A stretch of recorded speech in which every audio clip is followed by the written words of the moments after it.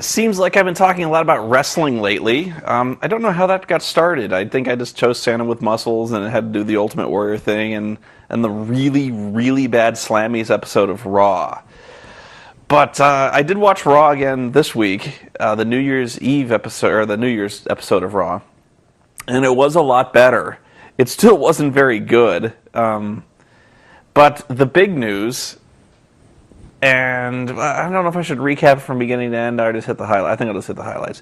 The big news is that Bret Hart has signed with the WWE, and color me apathetic. Here's the thing. I really don't care about Bret Hart, and I haven't cared for quite a long time. And to tell you the truth, I've never really gotten the obsession with the man. He was, he's the best there ever was, best there is, best there was, best there ever will be. Agreed. I'm not against that. But the dude's done. It's kind of over now. He's retired. He's done wrestling. The dude had a stroke. The guy got kicked in the head by fucking Goldberg. It's kind of over now.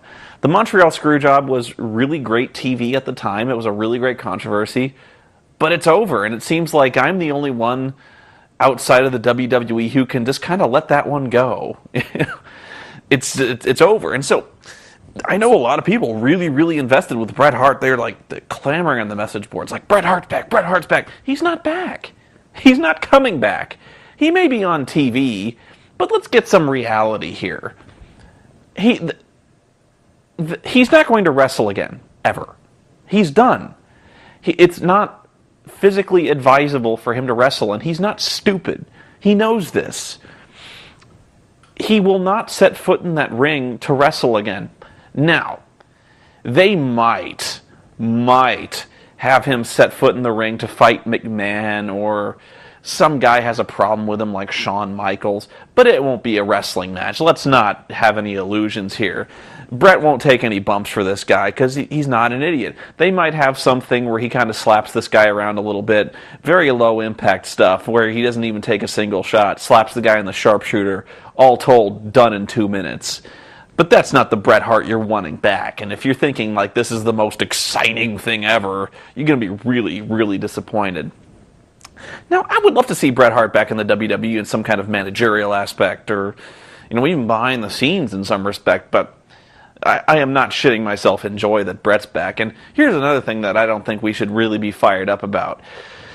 You keep thinking that Bret's going to come back in this ring and be really controversial and tear things down and like spill the beans and rant and rave and stuff like that. They will not give him a live mic in the middle of that ring. And believe me, if they ever do get him out in front of that audience with a live mic, they will have their finger on the dump button in that production truck, like just hovering. So the minute he starts tracing like TNA in the air, they're just cutting. They're not idiots. They're not gonna be. And I'm guessing even Bret is kind of done with this by now. I'm guessing they just went to him and they're like, hey, look, you want to put on a show? We'll get you out there and you can. They'll cheer at you. We won't bring up nothing, and you can bash Vince all you want here, according to this script, and you'll book a few matches. Whee! But that's it. I'm really, this is a non-story to me. This whole Bret Hart thing. But other stuff that went on Raw. There were matches which stunned me to actually have actual competitive wrestling matches, which is all I'm saying should be on Raw. Now, they weren't very good matches, and they weren't very long matches, but hey, they got wrestlers out there doing wrestling things, and so there were a couple of stories that were told here. One being that the Legacy goes in and Randy's all pissed off, and he's like, I think we should break up. And they're like, what? What do you mean? And he's like, you guys suck, and you guys lost to Evan Bourne, and Evan Bourne doesn't lose to anybody. And they're like, well, Ted's got a new movie out that nobody will ever watch. And he's like, yeah, right.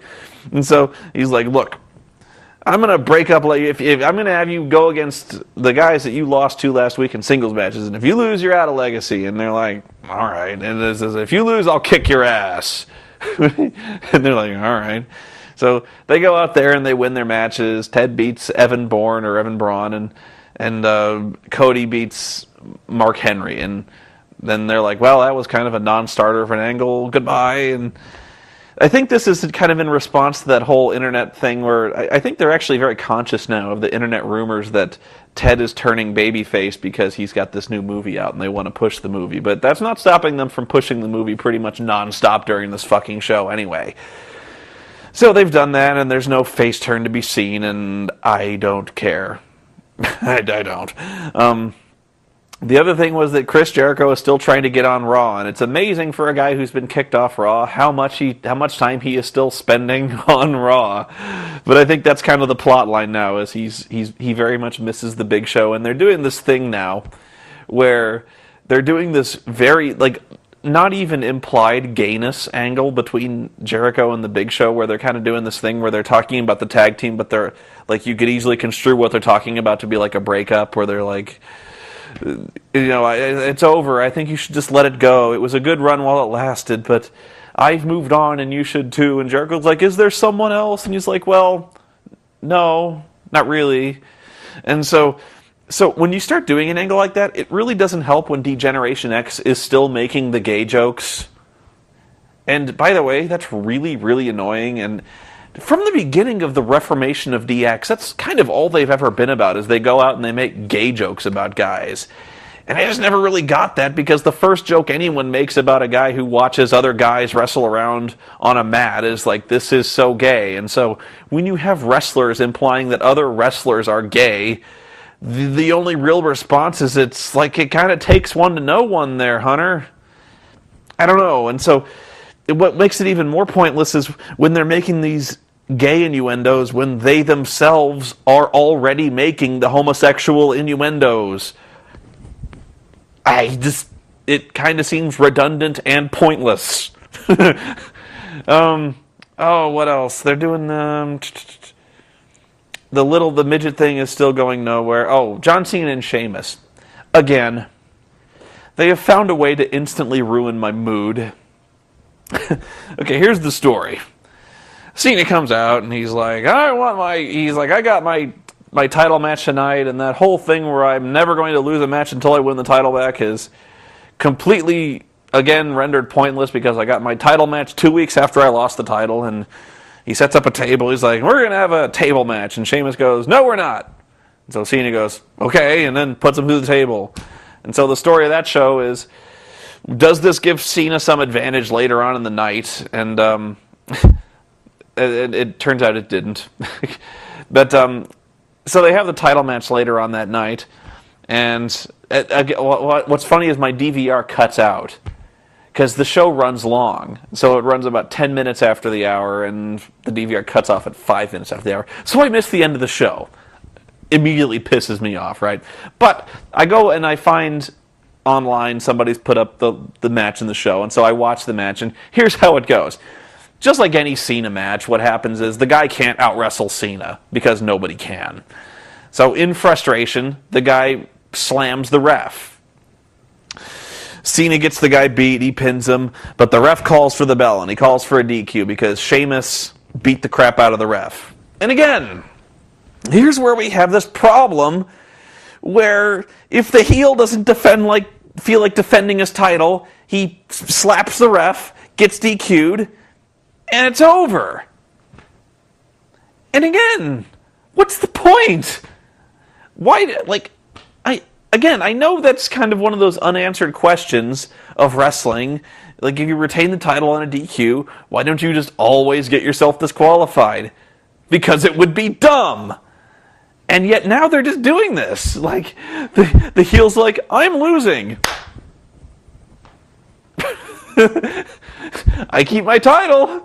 And this is apparently going to lead to some no disqualification or a gimmick match at a pay-per-view, but this, you are so you are so ripping off a paying audience with these bullshit finishes.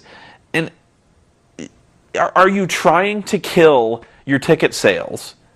Because that's what you're doing. You're not going to make any money if you keep doing this. Nobody will pay to see a show where there's an advertised title match on TV, on free TV, if they know that any given title match on free TV will end in a disqualification. And that's what they're doing. The Rey Mysterio-Undertaker match ends in DQ. And Taker didn't get himself disqualified, but it still ends in a DQ. Again, to set up a pay-per-view match. And I can appreciate them wanting to build towards a pay-per-view. Fine. But let's not do this thing where we're always getting DQ'd. It's pointless, it's stupid, and it's pissing me off. Alright, the other thing that really stuck out to me was Timbaland sucked. Even, he may be one of the worst guest hosts they've ever had. And I'm even counting the NASCAR goons they had out there who didn't know anything. I'm even counting Piven, who didn't know anything, the Summerfest thing. But there was just something about Timbaland who, he didn't really screw anything up. But there was still this kind of air of incompetence about this guy where it was almost like he was screwing up pre-taped segments. And I don't know how you can do that.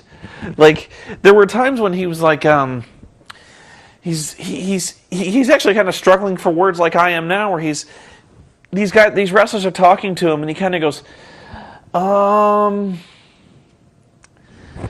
me talk to you for a second. And then he kind of thinks for a second and he's like, Miz, I think if you lose your match tonight, the title thing next week, it's tonight. And The Miz immediately has to cover for this guy. The Miz is like, so you mean if I lose my non-title match tonight, I have the title match that was going to take place next week tonight? And Timberland's like, right.